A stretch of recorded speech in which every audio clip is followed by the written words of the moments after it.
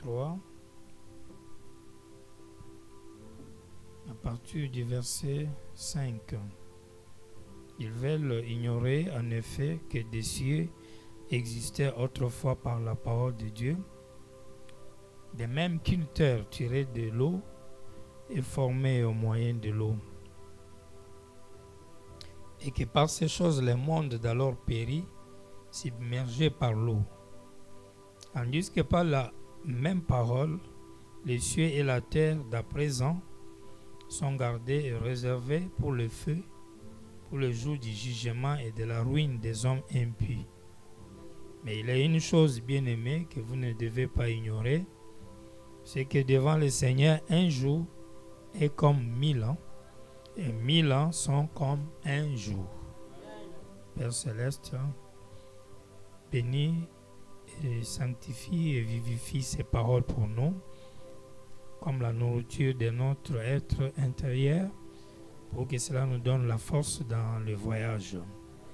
Nous te consacrons notre entendement spirituel afin que tu nous enseignes, alors que nous nous remettons entre tes mains. Dans le nom du Seigneur, William Marion Branham. Amen. Vous pouvez vous asseoir.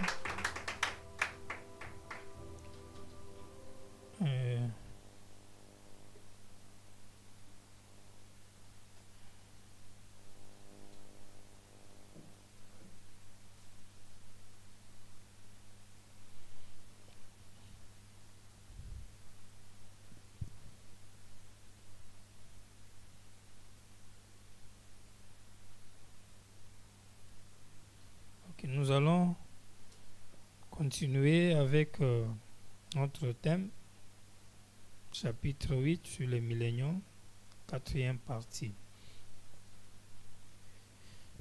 Et nous allons aujourd'hui ajouter les éléments sur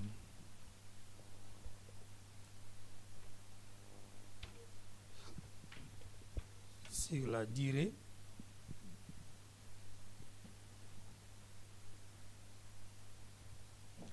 La durée du millénium. La durée du millénium.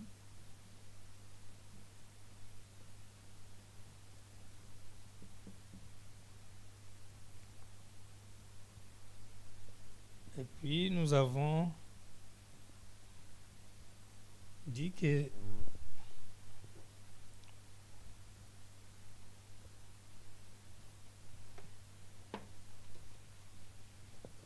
je vais gagner l'espace. On dit durée du millénium.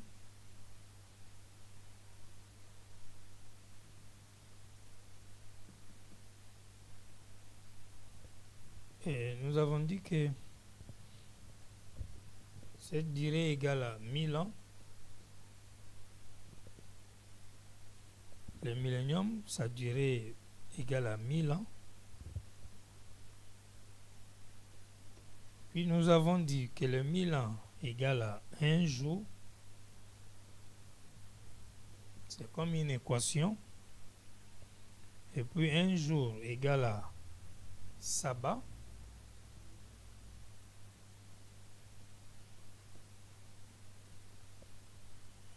Et puis sabbat égale à jour du repos.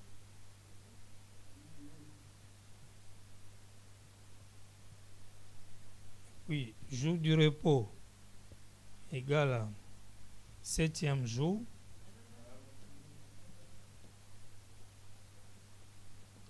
Et puis 7e jour égale à l'âge de Laodicée.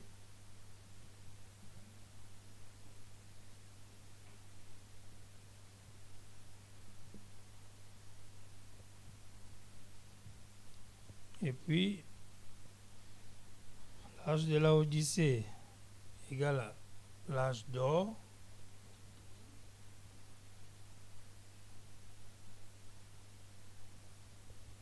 Puis l'âge d'or égale à Malachie 4.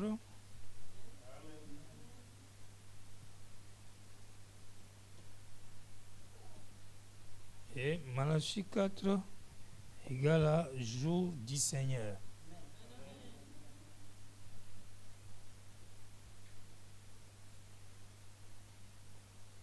Ça, c'est notre équation. Le millénium. Quand on parle du millénium.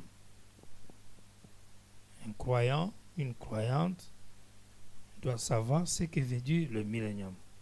Quand on dit le millénium, qui veut dire 1000 ans, on ne commence pas à raisonner pour chercher à savoir 1000 ans, ça veut dire quoi? On commence à compter le nombre de jours pour atteindre 1000 ans. Non, on cherche directement la définition de Frère Branham par la révélation. Et dans cette définition, c'est ce que nous disons avec ces développements. Deuxième chose, il y a le repos du millénium.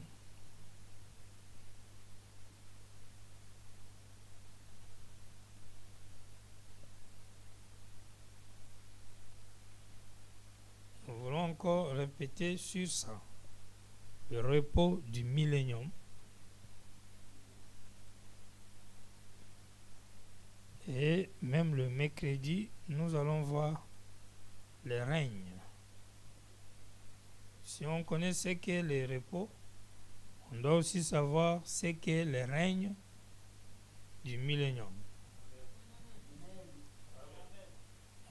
On doit connaître ce qu'est la durée qui, nous avons déjà vu, qui introduit même le millénium. C'est la venue du Seigneur. Nous avons vu ce qu'est lier le diable, les jeter dans l'abîme. Nous avons vu que l'abîme, c'est la perdition. Nous avons vu que la clé qui ouvre l'abîme, c'est la condamnation, la révélation de la parole qui condamne le diable. Donc, en d'autres termes, nous avons dit que quand un ange descend du ciel, nous avons dit que c'est le Seigneur qui quitte de l'invisible à l'état visible, qui s'est fait chair comme un messager, un ange. Et il vient avec une clé, une révélation. Il ouvre, il prêche la parole, il condamne le diable. Il lui montre son péché, il le condamne éternellement. Et la Bible appelle ça descendre avec une clé, ouvrir l'abîme et mettre le diable dedans.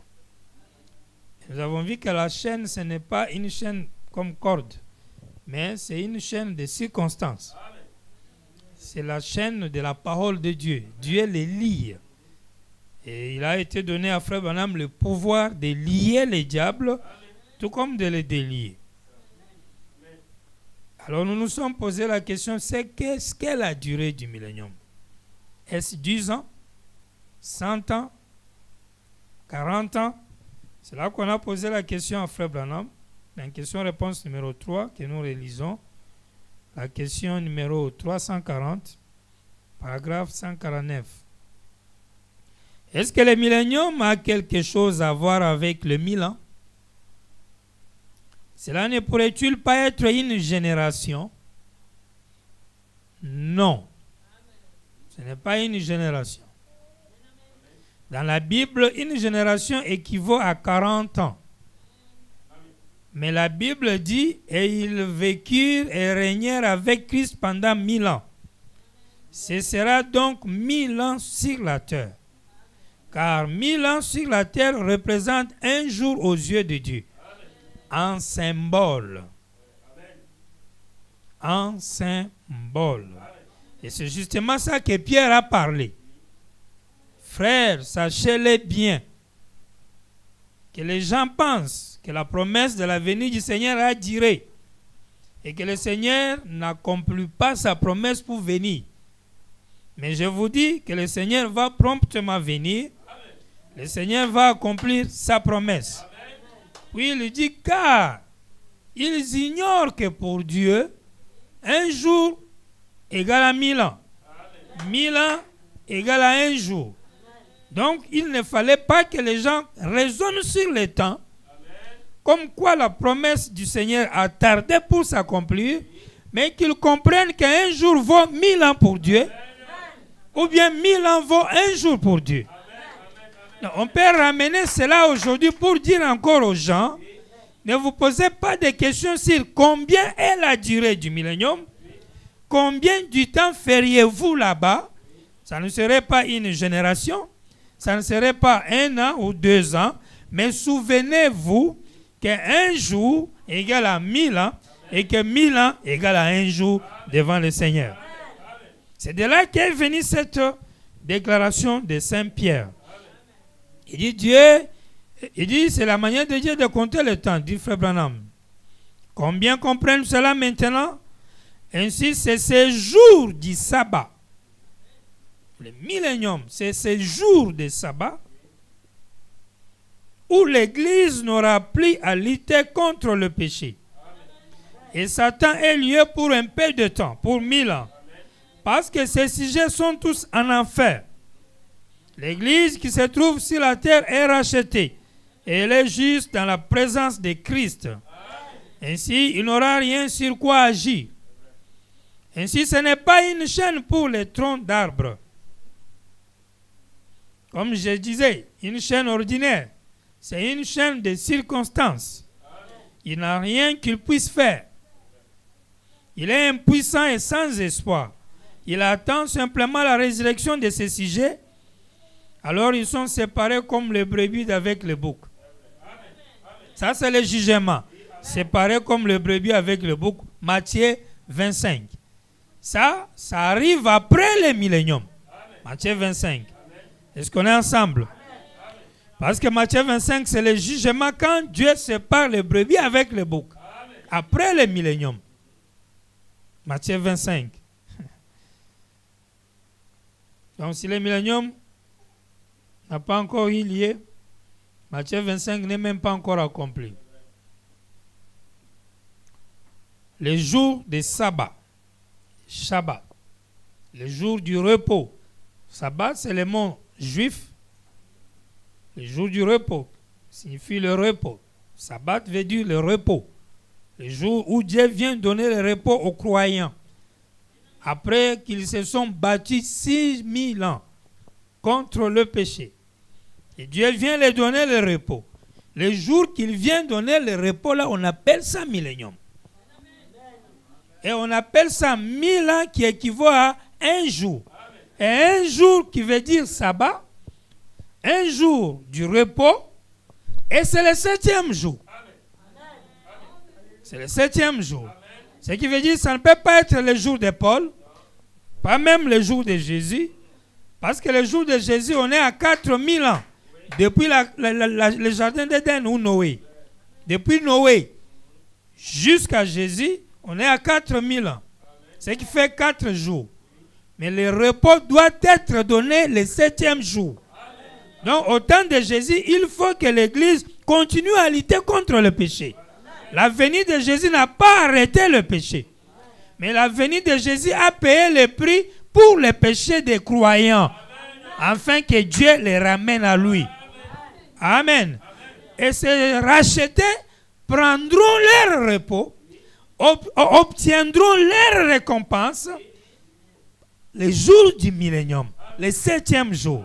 Donc c'est un jour très important pour les croyants.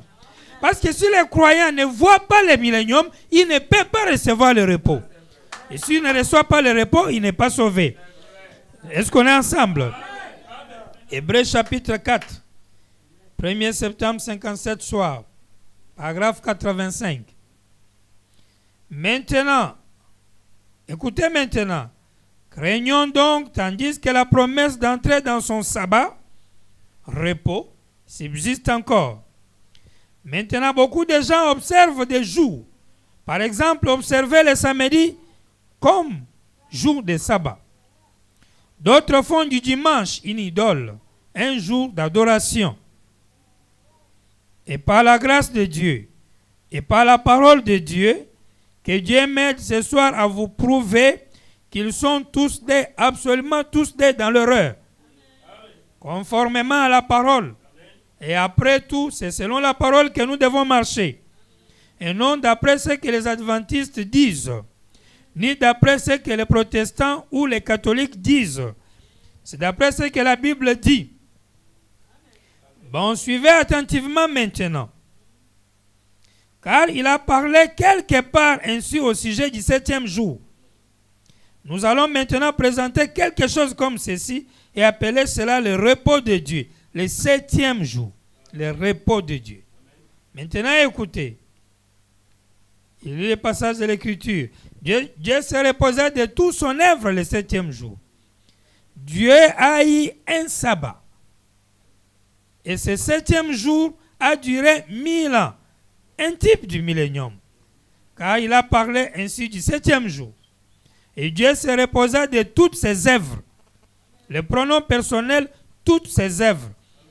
Il se reposait le 7e jour. Ça, c'est Dieu. Et ici, sous la loi, ils n'entreront pas dans mon repos. 89. Dieu s'est reposé physiquement. Car il avait créé les cieux et la terre en 6 jours. Et le 7e jour, il s'est reposé de toute son œuvre. Il s'est reposé pendant 1000 ans. Car la Bible dit qu'un jour sur la terre, c'est 1000 ans au ciel. Et 1000 ans au ciel sont un jour sur la terre. Combien savent que l'Écriture dit cela? Dans 2 Pierre. Très bien. Dieu s'est reposé le 7e jour et il en a parlé ainsi quelque part. Écoutez donc attentivement.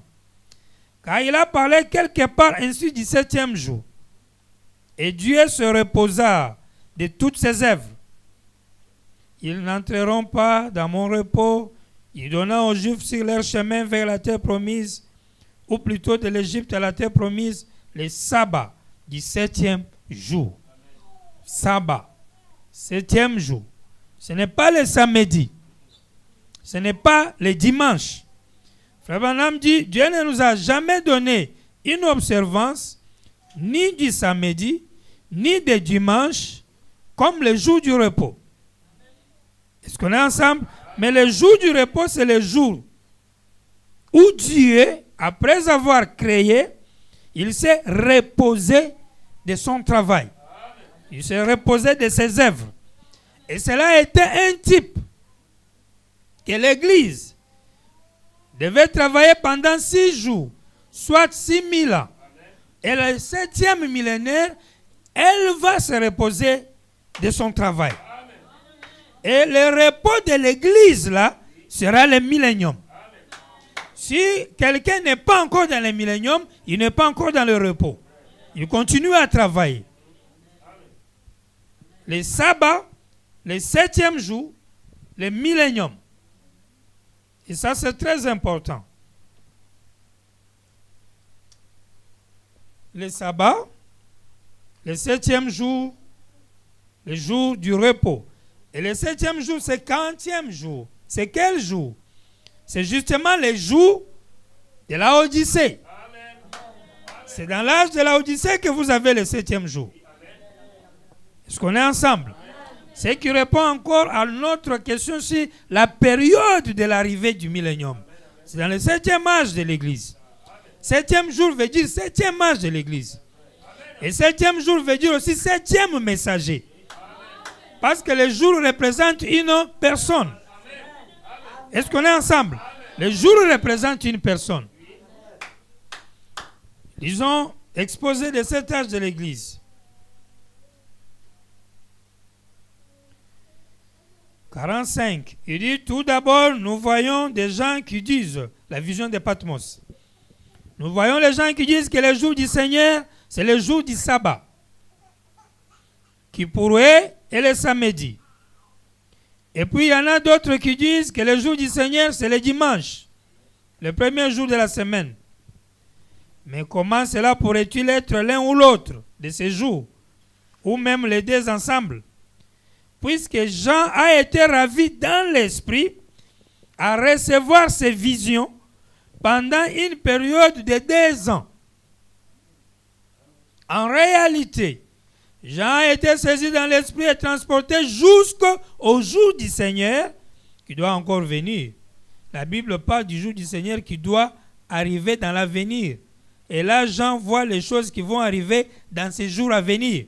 La Bible ou dans l'Apocalypse, autant de gens parlent d'un jour à venir du Seigneur qui viendrait. Jean n'est pas dans notre âge ici. Ne mettez pas Jean aujourd'hui, ne mettez pas l'Apocalypse aujourd'hui. Mais quand Jean écrivait l'Apocalypse, il avait vu des visions sur les jours du Seigneur, les jours à venir, dans le futur. Est-ce qu'on est ensemble? Le futur par rapport à Jean, là-bas. Il a vu les jours du Seigneur. Et Frère Branham dit, ce n'était pas un jour de 24 heures. Et souvenez-vous pourquoi nous cherchons à savoir, avec précision, les jours du Seigneur. Parce que vous savez, Frère Branham vient de dire ici dans la bande, ne vous appuyez pas sur votre propre intelligence.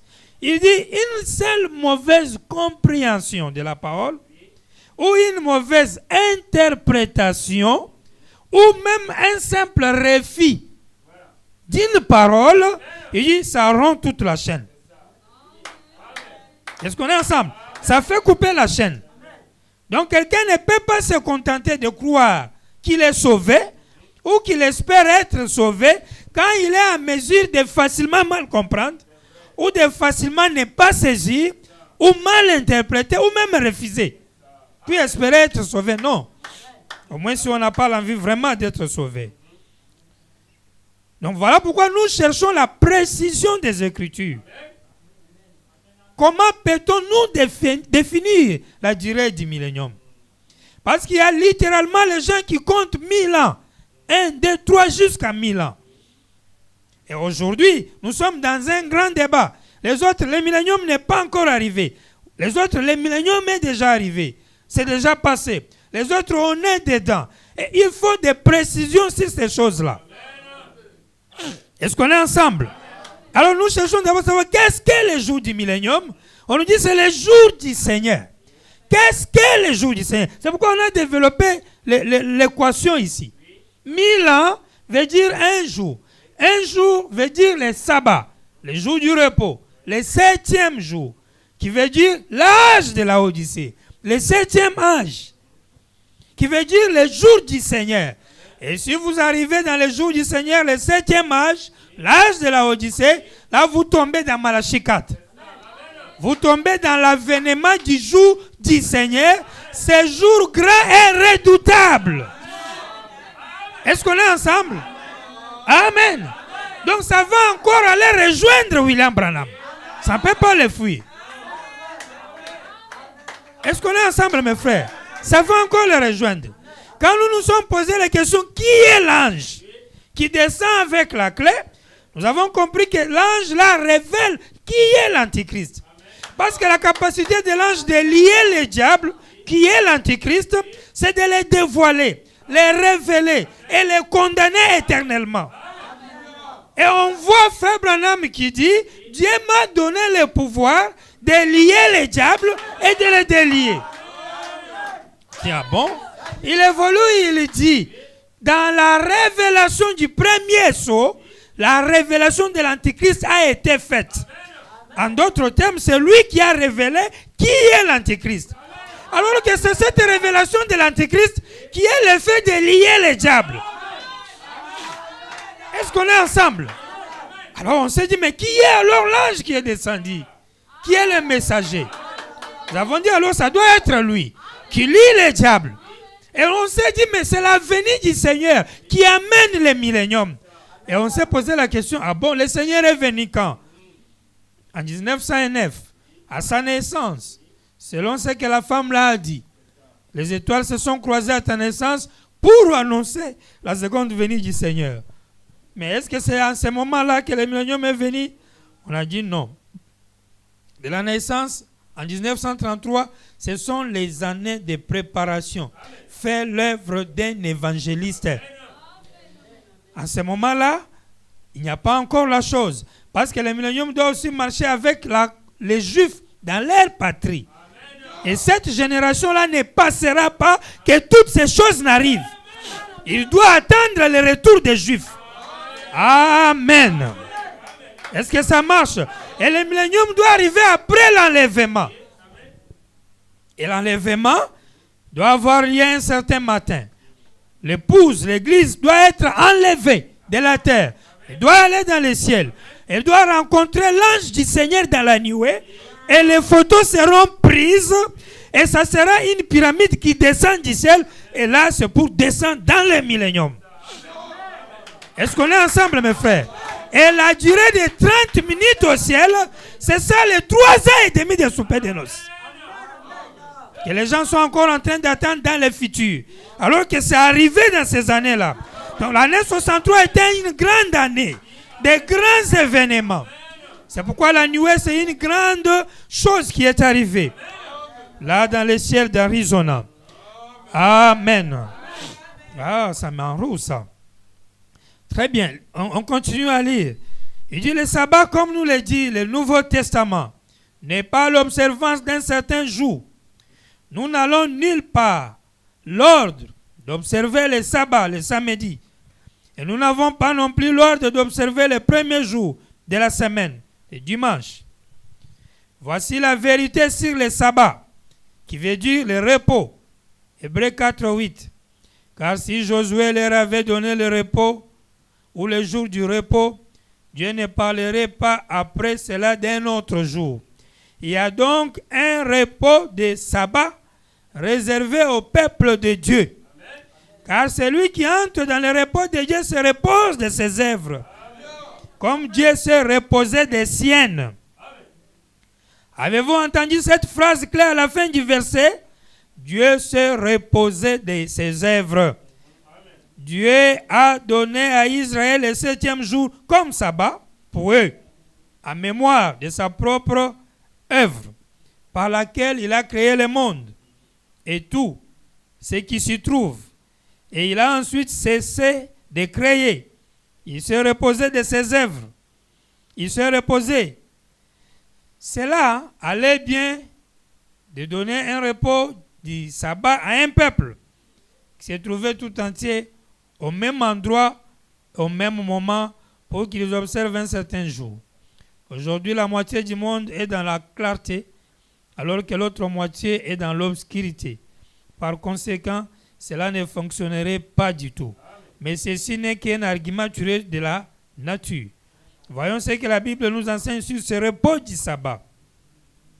Car celui qui entre dans le repos, entrer, ce n'est pas seulement entrer, mais aussi rester dans le repos. C'est un repos. Repos éternel. Donc, dont le 7e jour n'est qu'un type. Quand on compte le premier jour de la semaine jusqu'au 7e, le 7e jour là, c'est le type du millénium, le repos.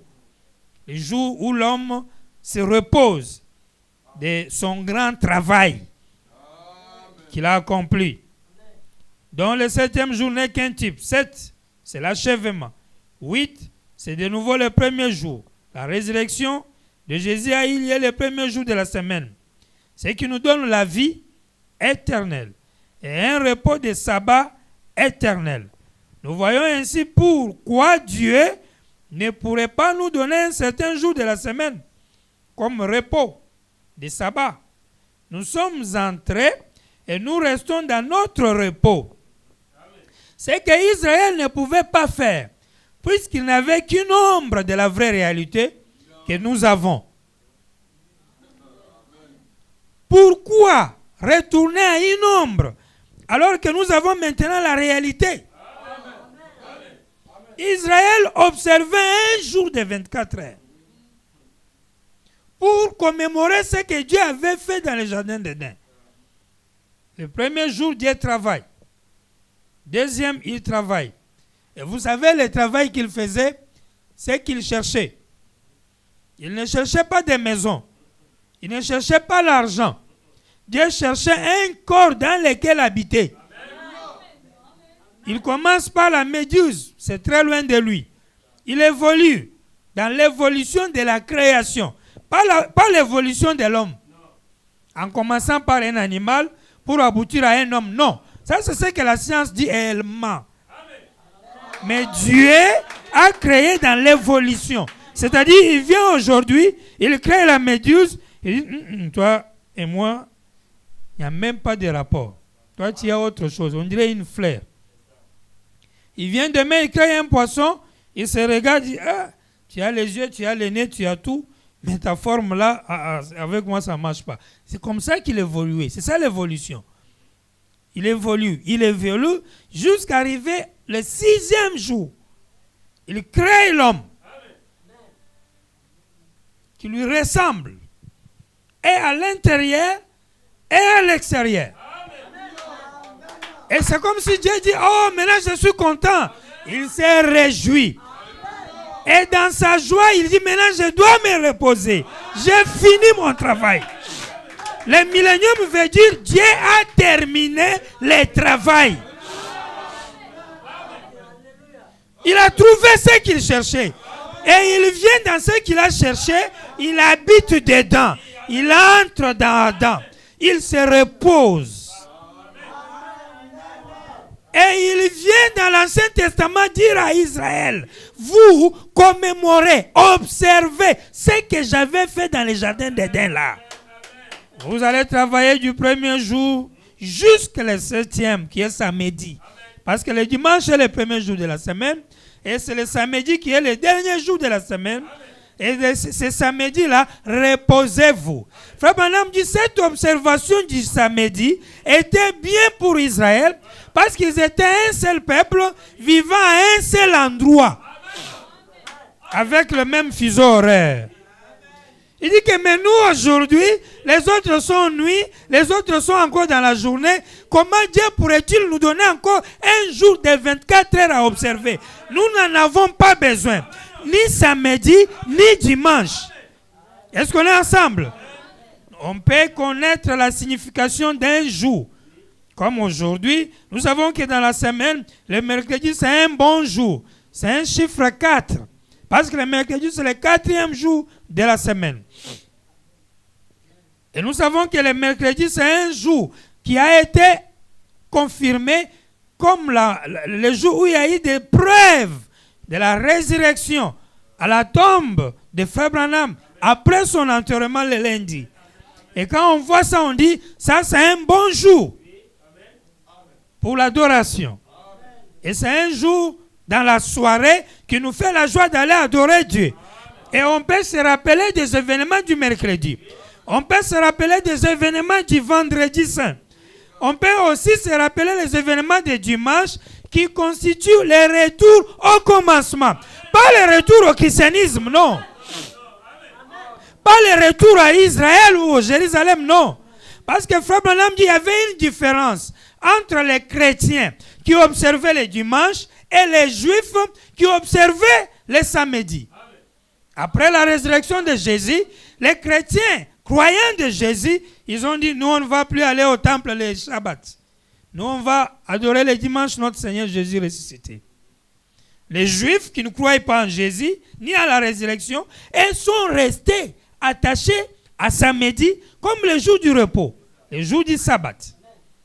Et si on veut les définir, est-ce que lui là c'est un Juif orthodoxe qui garde l'ancienne loi? Oui. Qu'est-ce qu'il fait? Samedi, c'est ça son jour.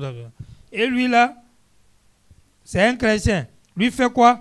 Il va dimanche se réunir de maison à maison. Et si on ramène ça aujourd'hui, nous aurons encore une guerre des jours d'adoration. Et nous les avons déjà. Et certains amis disent, non, si vous adorez le dimanche, vous êtes comme les orthodoxes qui continuent à observer la résurrection de Jésus. Alors qu'il faut adorer le mercredi, qui est le jour où vous devriez penser à la résurrection de William Branham. Et nous devons carrément abolir le dimanche. C'est-à-dire ne jamais adorer Dieu le dimanche, parce qu'en adorant Dieu le dimanche, on continue à exalter les événements du passé. Mais vous savez, dans la parole, on ne marche pas avec les bonnes idées, ou avec les bonnes pensées, ou avec à peu près la vérité. Il faut marcher avec toute la vérité. Pourquoi? Parce qu'il faut revenir au fait que dans notre jour ici, depuis le premier jour de la semaine jusqu'au dernier jour de la semaine, tous ces jours-là sont utiles à l'adoration de Dieu et ont une signification. Chaque jour a une signification. Cela fait qu'aujourd'hui, le dimanche n'est pas simplement un jour où vous pourriez penser à Jésus, mais c'est un jour où vous pourriez penser à l'âge de l'épouse, à la sainte convocation. Parce que la sainte convocation, c'est le dimanche. C'est le 8e jour, le retour au commencement. Est-ce qu'on est ensemble? Tandis que le mercredi nous rappelle à la résurrection. Mais nous avons compris qu'aujourd'hui, on ne peut plus commémorer, c'est-à-dire observer, un jour. Mais on peut se souvenir, commémorer un jour. C'est-à-dire, on fait une fête comme on fait le 6 avril. On commémore l'anniversaire. C'est une bonne chose. Pour Frère Branham, on peut commémorer le jour où il est mort. Il n'y a pas de problème. Et le mercredi, quand nous adorons, on peut se rappeler qu'il est vivant. Il n'y a pas de problème. Et dimanche soir comme ceci, quand on adore, on se rappelle qu'on est dans l'âge de l'épouse. Nous nous retrouvons dans la parole. Parce qu'au temps de Jésus, la plénitude de la parole n'est pas encore venue. Aujourd'hui, nous, on est au-delà du temps, là où toute la parole est révélée, et on peut situer chaque événement à notre jour. Parce que les ombres sont terminées. On ne devait pas avoir de guerre. On ne devait pas avoir les guerres. On ne devait pas se disputer pour les jours. Parce que tout est accompli dans l'homme. L'homme n'est plus juste un jour de la semaine, mais toute la semaine lui représente. Parce qu'il y a 7 jours de la semaine, 7 jours de fête qui parlent d'une seule personne. Donc chaque jour est ouvrable pour adorer William Branham. Est-ce que ça marche? Et chacun des jours selon son événement. On ne devait pas avoir la guerre des jours. Celui qui a le temps le dimanche, il adore. Celui qui a le temps lundi, il adore. Celui qui a le temps jeudi, il adore. Chaque jour est pour faire Branham. Amen. Que le Seigneur vous bénisse. Alors terminons cette lecture. Il dit ceci. Il dit c'est sur l'invitation de Jésus que nous pouvons recevoir ce repos. Ce sabbat perpétuel. Dans Matthieu 11, 28, 29, il est dit, venez à moi, vous tous qui êtes fatigués et chargés, et je vous donnerai du repos. Prenez mon joug sur vous et recevez mes instructions. Et vous trouverez le repos, c'est-à-dire l'observance du sabbat. Pas d'observer un jour, mais d'avoir la vie éternelle. On ne peut pas retourner à Israël. Israël observait les jours sans la vie éternelle. Ils attendaient la venue de la vie éternelle. Nous, on est dans les jours où vous êtes censés recevoir la vie éternelle. C'est pourquoi Frère Branham te dit, quand tu reçois la vie éternelle, tu entres dans une observance éternelle. Le repos éternel. Tu es dans le millénium. Donc tu ne peux plus observer un jour, mais tu peux te souvenir d'un jour, mais plus observer. Est-ce que ça marche? Tu ne pourras plus appeler un jour de 24 heures un jour saint. Non, mais tu sais que le jour saint est un type d'un jour saint, qui est le jour éternel. Parce que le jour ici est une personne, le 7e jour. Qu'est-ce qu'est la durée du millénium? Qu'est-ce qu'est la durée du millénium? C'est la durée du jour du Seigneur. Qu'est-ce qu'est le jour du Seigneur? C'est le temps où le Seigneur règne. Quand il règne, tout le temps qu'il règne là, c'est sa durée.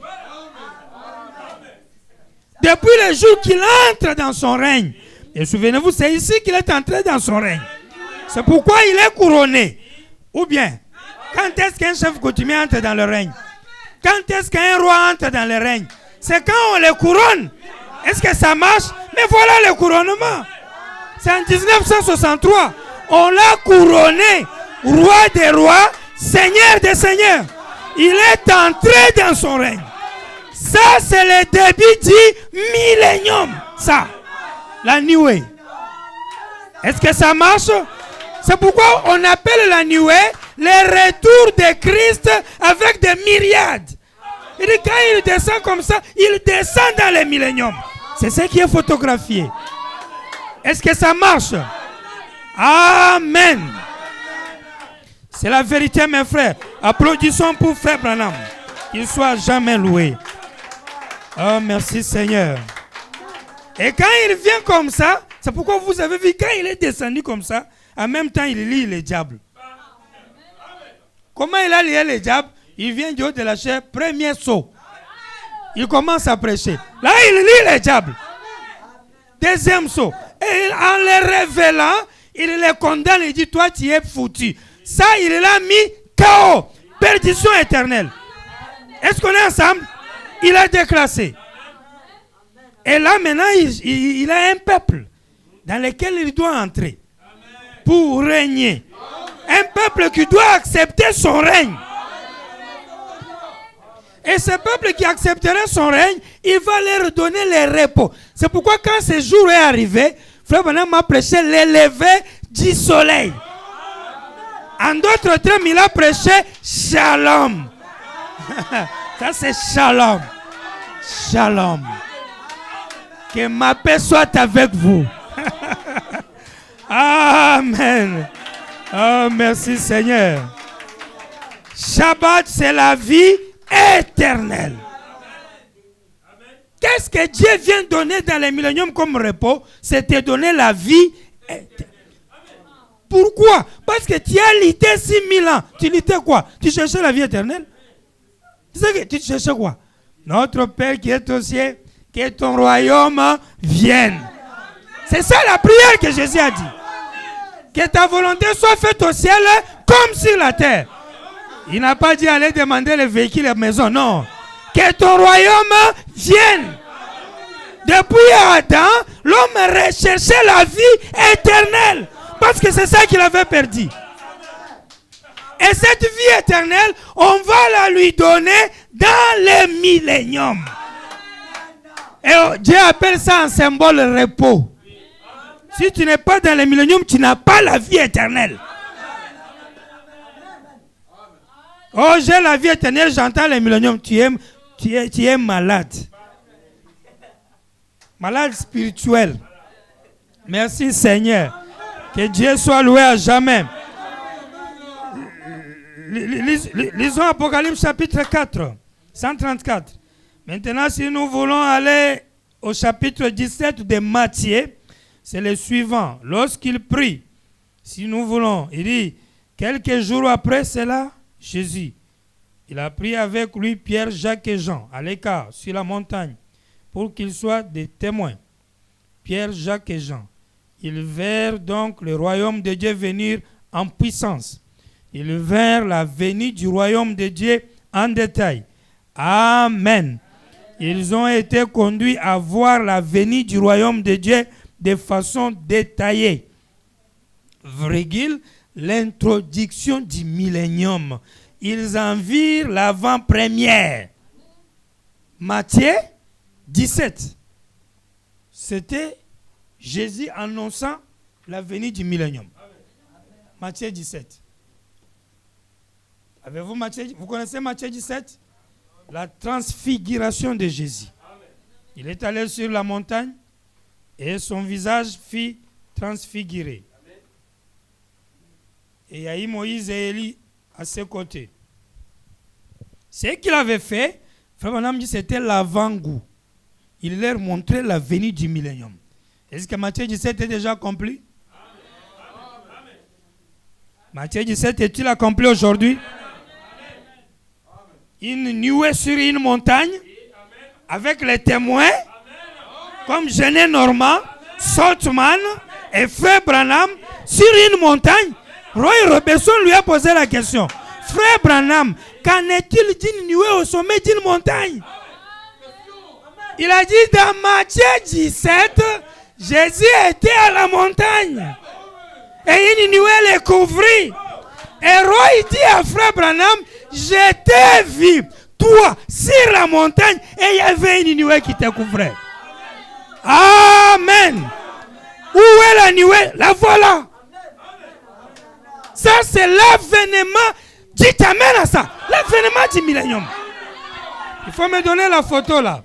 Il faut me la donner. L'avènement du millénium. Et les gens ont cette photo dans leur maison. Et dans chaque église, il y a cette photo. Mais ils disent qu'ils attendent le millénium.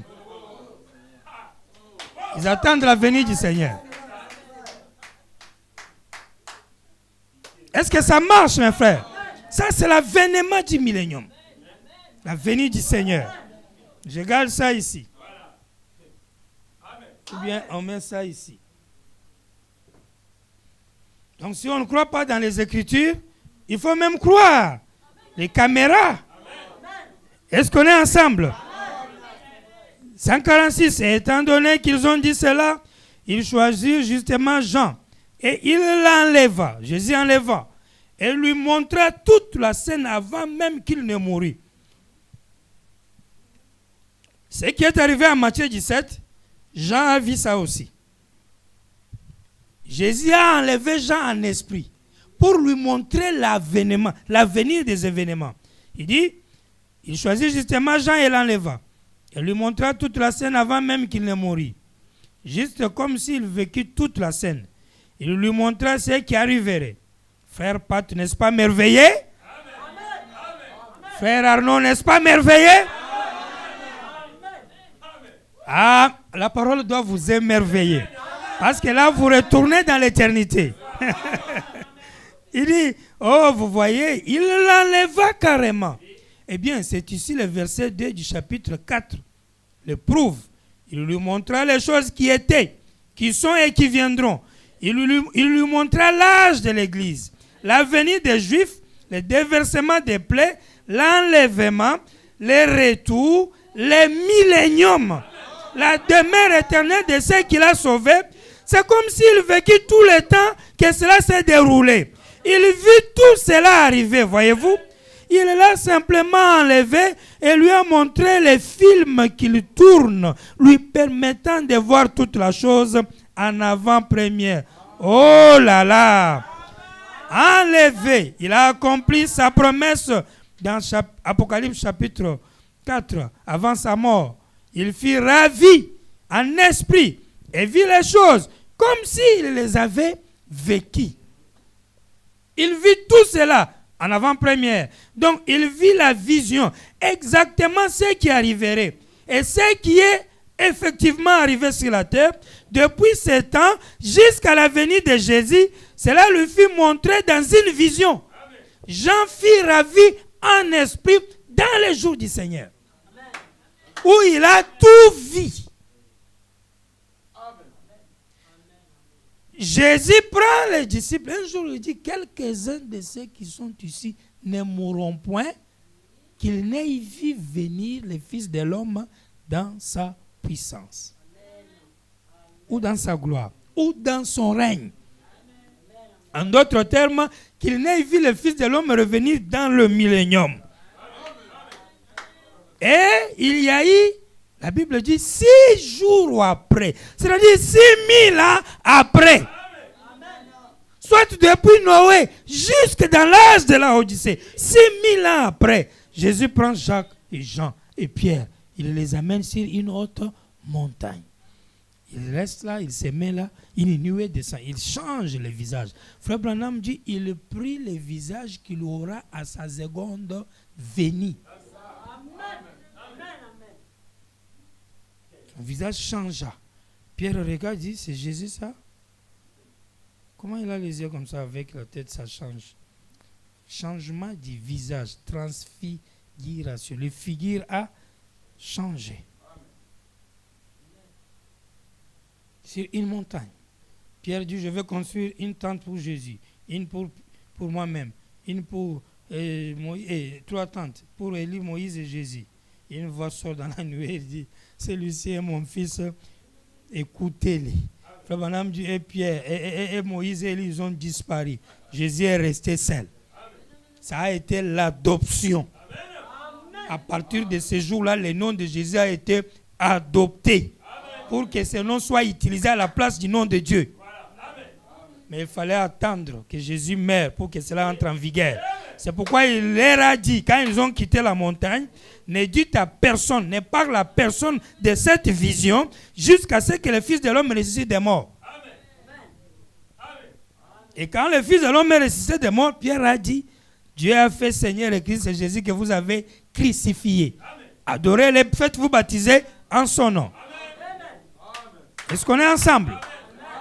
6 jours après, soit 7e jour, le 7e jour du sabbat, Jésus démontre le millénium.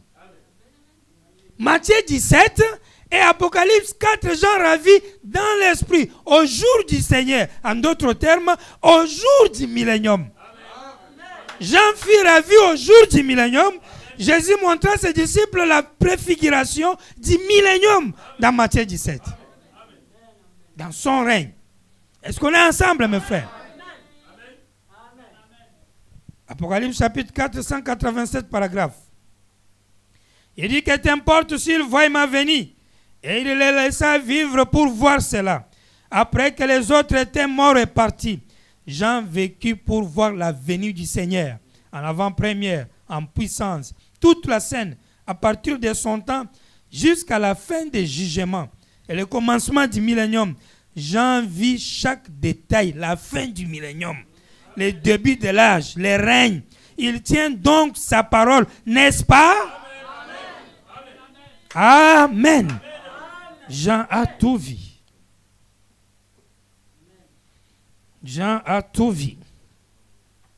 Le millénium, jusqu'à la fin. Un drôle de personnage. Prêchait le 31 mai 64. Il prie, il dit, Père. Ici, c'est un peu, je crois, vers la fin, j'ai omis le paragraphe. Il dit, Père, je prie que tu nous gardes à jamais, heureux et en bonne santé. Puissions-nous avoir encore plus de rencontres ici sur la terre, et que nous puissions t'aimer et te servir. Puissent tes bénédictions divines tomber sur ces services et sur les services à venir, et puissions-nous tous mener une telle vie ici-bas, et dans la vie à venir, nous aurons la vie éternelle, dans ces grands âges à venir, dans ces grands règnes du millénium, où nous les verrons, nous regarderons son visage et les verrons. Je prie au nom de Jésus, Amen. Dans ces grands âges du millénium, où nous recevrons la vie éternelle. C'est ça le repos du millénium. C'est pourquoi il fallait demander à Frère Branham, avons-nous la vie éternelle? S'il vous confirme que vous avez la vie éternelle à présent, vous lui demandez, le millénium est déjà là? Il dit non. Comment tu as eu la vie éternelle sans millénium? L'Église combat contre le péché pendant 6 jours. Le 7e jour, il se repose. Il ne combat plus. Il ne cherche plus la vie éternelle. Quand quelqu'un cherche encore la vie éternelle, vous comprenez qu'il n'est pas encore entré. Parce que la vie éternelle, c'est le pays. Si tu cherches encore le pays, tu ne l'as pas encore trouvé. Quand tu es déjà dans le pays, tu ne cherches plus le pays. Maintenant, tu cherches à conquérir tout le pays. Tu demandes, Dieu, dans le pays là, où est ma place? Alors, je vais prendre toute ma place. Ça, on est déjà dans le pays. Est-ce qu'on est ensemble? Mais je cherche encore. Non, je ne cherche plus. Je suis arrivé. Rendre un service à Dieu en dehors de sa volonté. Dimanche le 18 juillet 65 matin, 172. Souvenez-vous que Sodome brilla. Est-ce juste? Eh bien, ce monde doit brûler. C'est Jésus qui l'a dit. Ce sera le temps où, comme l'a dit Luc, au chapitre 17 et au verset 30, quand il en sera comme du temps de Sodome et Gomorrhe, alors le Fils de l'homme serait révélé. Et ensuite, qu'arrivera-t-il? Selon Malachie, il brûlera de nouveau la terre. Et les justes dans le millénium marcheront sur les cendres de méchants. Est-ce vrai? Voyez-vous, ainsi nous sommes justes là. Dans Malachie 4, il est dit que la terre va brûler. Les justes vont marcher sur les cendres de méchants. Frère Branham vous dit, cet événement-là concerne les milléniums. C'est dans les milléniums que l'événement-là va avoir lieu. C'est dans les milléniums que les justes vont marcher sur les cendres de méchants.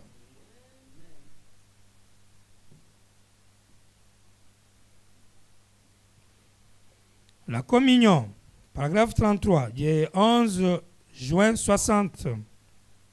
Dieu a créé le monde en 6000 ans. 7000 est un type du millénium, son repos. Eh bien, comme je l'ai dit l'autre soir, après 2000 ans, quelque chose se passe. Les premiers 2000 ans, Noé a construit l'arche. Les deuxièmes 2000 ans, Christ est venu. Nous sommes en 1960, presque à la fin. Voyez-vous? Et maintenant, le 7e, de même que Dieu a travaillé et a créé le monde en 6000 ans, 6 jours, 6000 ans. Et nous savons que les Écritures déclarent qu'un jour égale à 1000 ans au ciel. Le 7e 1000, l'Église a combattu le péché pendant 6000 ans. Et le 7e millénaire, c'est le millénium. Et le mémorial pour toute la création que Dieu a racheté son Église. Le millénium, c'est un mémorial que Dieu a racheté toute son Église. Il a dit à Adam, le jour où tu en mangeras, tu mourras. Quand il aura laissé l'homme vivre 1000 ans, ça sera un type, un mémorial que Dieu ne détruira plus jamais l'homme, qu'il n'y aura plus jamais de péché et que l'homme a retrouvé la communion avec Dieu éternellement. Amen. C'est vrai. Nous sommes en plein là-dedans maintenant. Nous sommes là-dedans maintenant. En quoi? Dans les milléniums où Dieu a racheté l'homme. L'homme doit vivre 1000 ans. Si, parce que Dieu lui a dit, le jour où tu mangeras, ce jour-là tu vas mourir. Maintenant, si l'homme ne meurt plus, cela veut dire, si l'homme, c'est pourquoi l'homme ne peut pas faire un jour. Quand Dieu a dit le jour où tu manges, tu meurs, l'homme ne pouvait pas dépasser un jour. C'est pourquoi il a vécu 930 ans, il est mort. Son descendant, Melcha Siseki, là, il a vécu 968 ans. C'est l'homme le plus long qui a vécu sur la terre, 968 ans. Quelqu'un connaît bien son nom? Dans la Genèse, là, il est là. Lui, il a vécu ça, là. C'est lui vraiment le grand champion. Personne n'arrivera ici. 968 ans de vie. La vie était longue, sincèrement. Ce n'est pas les 30, 40 aujourd'hui où les gens sont en train de... Non, 900. Adam, lui, s'est arrêté à 930. Il ne pouvait pas terminer. Parce qu'on lui a dit, le jour où tu manges, tu meurs. Cela voulait dire qu'il ne puisse pas atteindre 1000 ans. S'il atteint 1000 ans, il ne mourra plus. C'est pourquoi Frère Branham dit aujourd'hui, Dieu vient lui redonner le 1000 ans. Et quand vous voyez que Dieu lui a redonné le 1000 ans, cela veut dire Adam est racheté. Maintenant, il est éternel. Et comment Dieu lui a redonné les 1000 ans? Les 1000 ans que Dieu lui a redonné aujourd'hui, c'est le repos, c'est la vie éternelle. C'est ça les 1000 ans que Dieu a redonné à Adam aujourd'hui. Parce que millénium veut dire repos. Repos veut dire vie éternelle. Donc si tu as la vie éternelle, tu as le millénium. Parce que c'est la même définition. Est-ce qu'on est ensemble?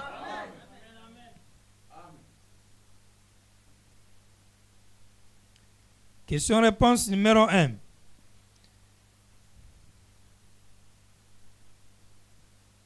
D'abord, Apocalypse chapitre 4 à 306, il dit car l'Église a travaillé contre le péché pendant 6000 ans. Et le 7e millénaire, c'est le millénium.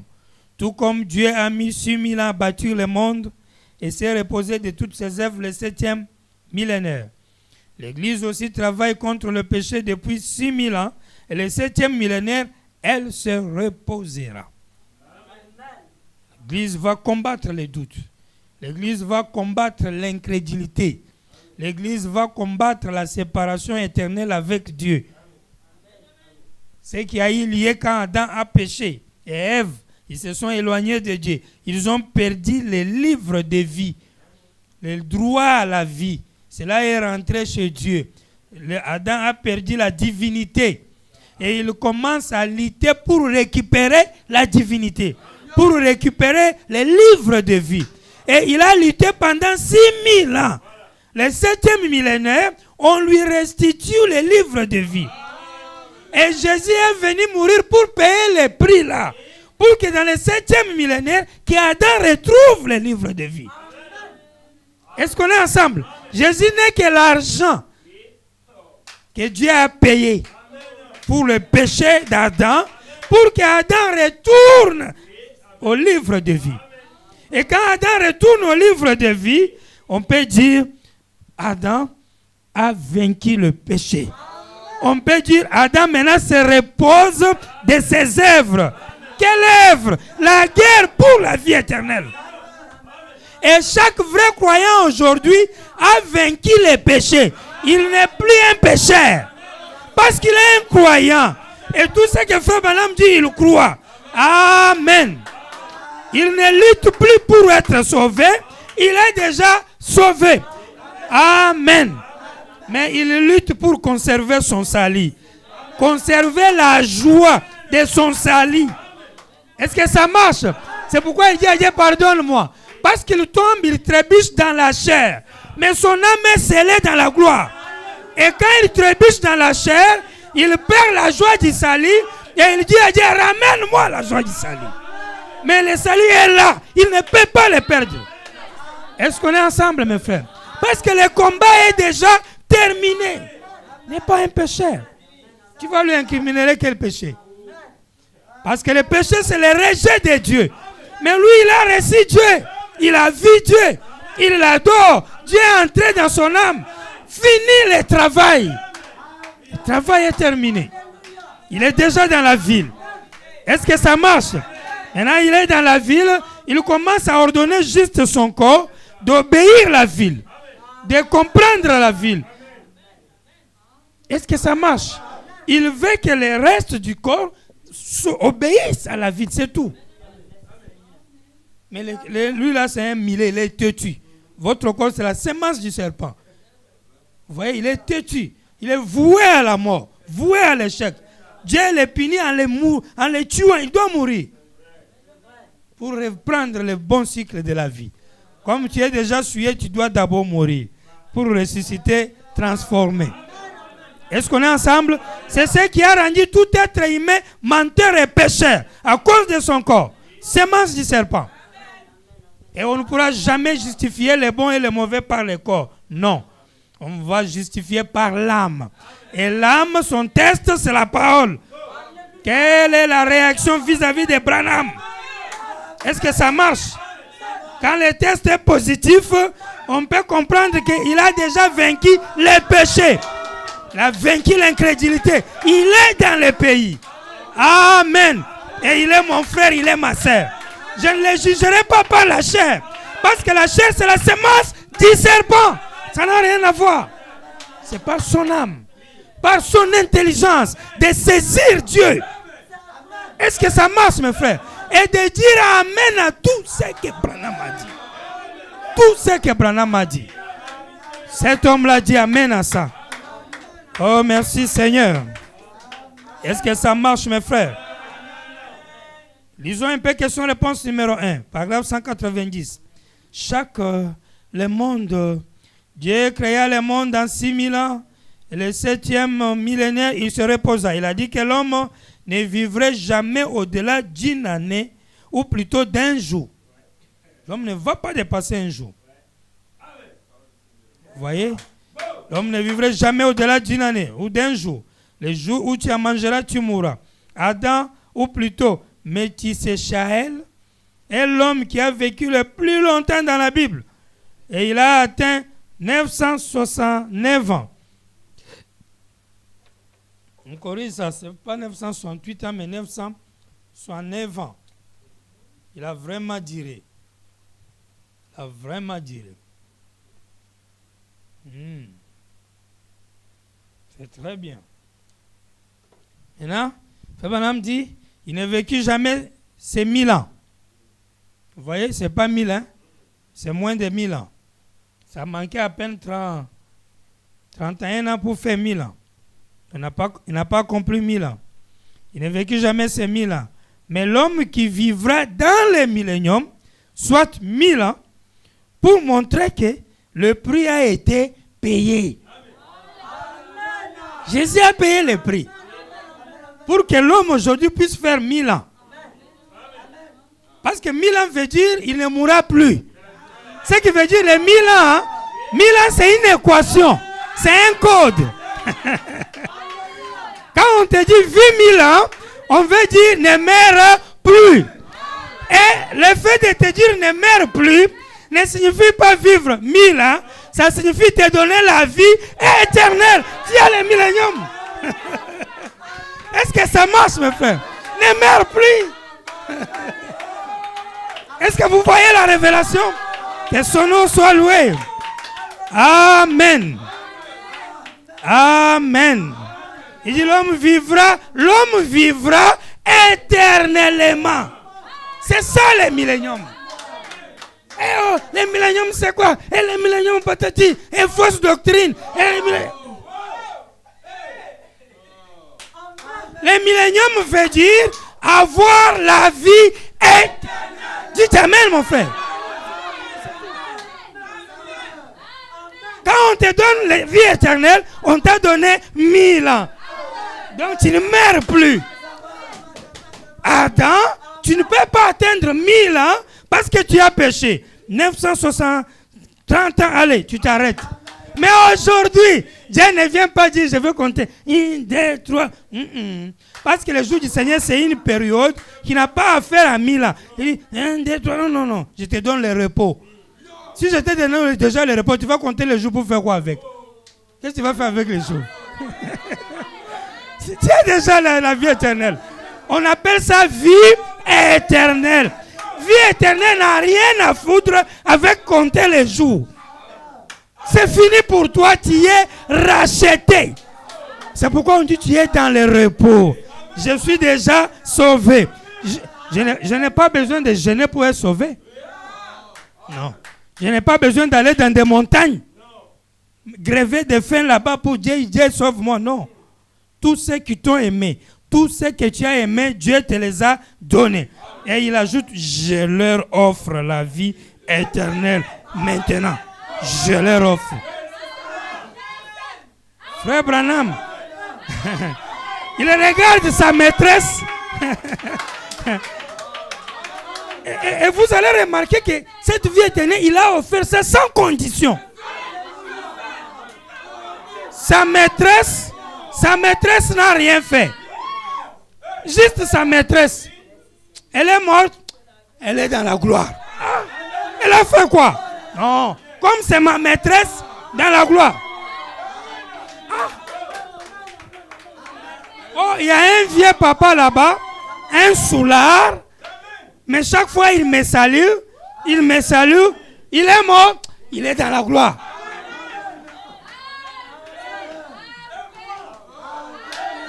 Il y a une maman qui m'a vu dans un arbre et je suis tombé d'un arbre et la maman était là. Elle a fait l'enfant là est tombé. Et dans la gloire. Marlène Monroe, star vedette américaine, prostituée, alcoolique, toute sa vie. Elle veut mourir. Frère Branham dit elle avait pensé à moi. Comme tu as pensé à moi, dans la gloire. Ça, c'est le millénium. Est-ce qu'on est ensemble? Ça, c'est le millénium. Remarquez. Lisons quelque chose pour terminer. Lisons ici. Remarquez une histoire. Une histoire drôle dans question-réponse sur le sceau. Un homme est venu en courant voir Frère Branham et écouter la conversation. pour clôturer avec ça là, c'est vraiment bon. Il dit ceci. Question-réponse sur le sceau.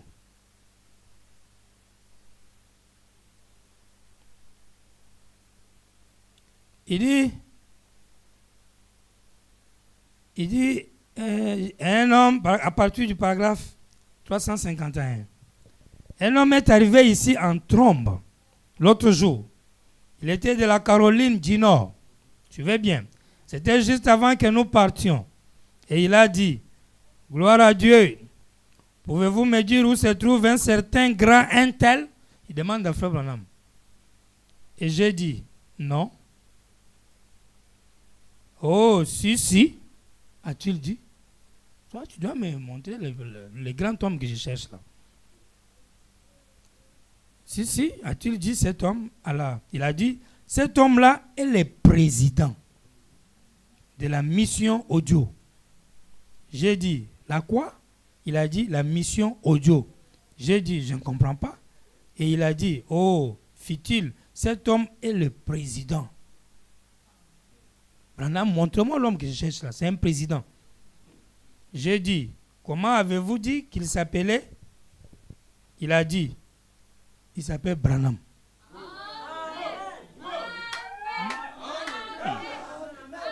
Il demande à Branham de lui montrer un président qui s'appelle Branham. Suivez bien. Il s'appelle Branham. Je crois. Quelque chose comme ça. Brown ou Branham. J'ai dit, eh bien, je m'appelle Branham. Il a dit, êtes-vous le président de la mission audio? J'ai dit, pas du tout. Il a dit, eh bien, où est le millénium? Montrez-moi le millénium. Où est le millénium, a-t-il dit? Où est le millénium? A-t-il y est? J'ai dit, je ne sais pas. Il a dit, mais vous êtes... vous voulez dire que c'est en train de se passer ici même et vous ne le savez pas? Hein?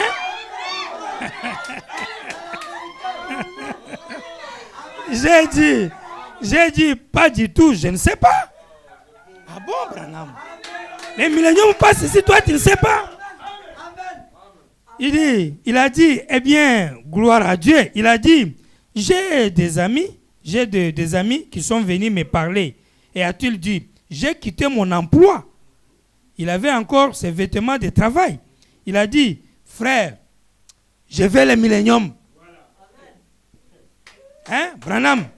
Je vais le millénium. Je viens du boulot. J'ai laissé mon travail pour venir voir le millénium. Toi, tu dis que tu ne connais pas le millénium? Alors que ça se passe ici même? J'ai dit, eh bien, je crois que vous êtes un peu dans la confusion, n'est-ce pas, frère? Juste en ce moment-là, une voiture est arrivée. Un taxi. Elle a dit, un instant. Une petite dame est arrivée là. Elle a dit, maintenant, vous allez prier pour mon mari. J'ai dit, oui, madame. Qu'y a-t-il? Le monsieur est là. Voilà une voiture qui arrive. Elle a dit, eh bien, si je comprends bien, il faut attendre 1 mois pour avoir entretien avec toi. Alors que mon mari est malade. Donc, c'est pourquoi je viens t'attraper ici.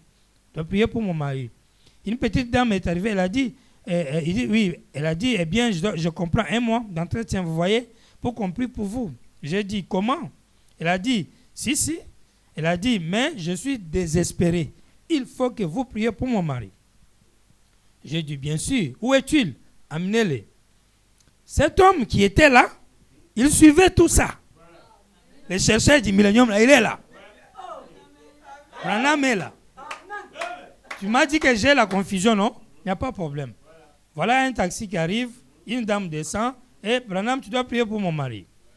Lui est là en train de regarder. Il a dit,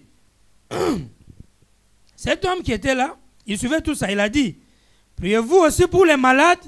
Il demande à Frère Branham, priez-vous aussi pour les malades? J'ai dit, certainement. Il a dit, avez-vous dit que votre nom, c'était Branham? J'ai dit, et vous ne savez, Vous avez dit que votre nom c'était Branham et vous ne savez rien du millénium? Non, tu pries pour les malades. Ton nom c'est Branham et tu dis que tu ne sais rien du millénium. J'ai dit, eh bien, il t'a dit. Non, je ne sais pas. J'ai dit, tu vois? Alléluia! Merci Seigneur. Je ne comprends pas par rapport à ce qui est dans la Bible. Bon. Il a dit, non, c'est tout de suite. Tout de suite. Hein? Ça, c'est très bon ça. Il dit, les gens viennent de partout. J'ai dit, où est-ce? Il a dit, à Jeffersonville, en Indiana, juste sous les ponts. Hein? Les gens viennent. Même m'aident à chanter, ils viennent de l'Est et de l'Ouest, fêter à la table du roi, non? Les gens viennent de partout. Monsieur, monsieur, vous m'avez eu.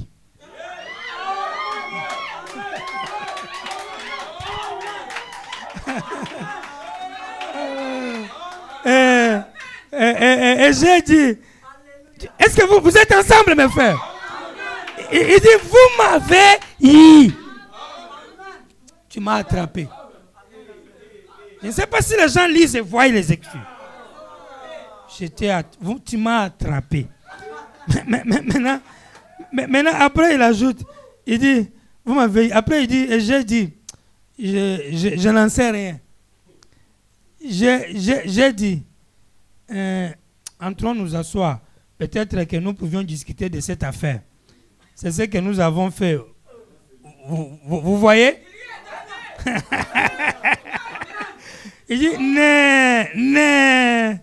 vous voyez, mes amis, ne désirez jamais avoir un ministère. Vous savez ce que je veux dire? Voyez, soyez heureux d'être simplement là. Là où vous êtes. Continuez simplement votre chemin. Est-ce que ça marche? Continuez simplement votre chemin. Est-ce que ça marche? Est-ce que vous aimez le Seigneur? Applaudissez pour Frère Branham. Nous allons nous tenir debout et prier le Seigneur. Crois seulement et dis-lui, Frère Branham, je t'ai trouvé. Et moi, je suis déjà sauvé par toi. Je dois vivre dans la vie éternelle, dans le repos éternel du millénium. Prions le Seigneur tous ensemble.